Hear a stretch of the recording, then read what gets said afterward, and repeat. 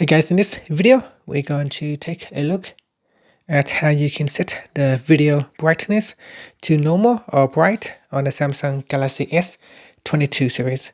First, tap on the home button to go back to the home screen.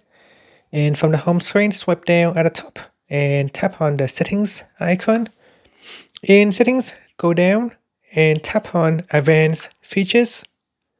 In advanced features, you want to go down and tap on video brightness.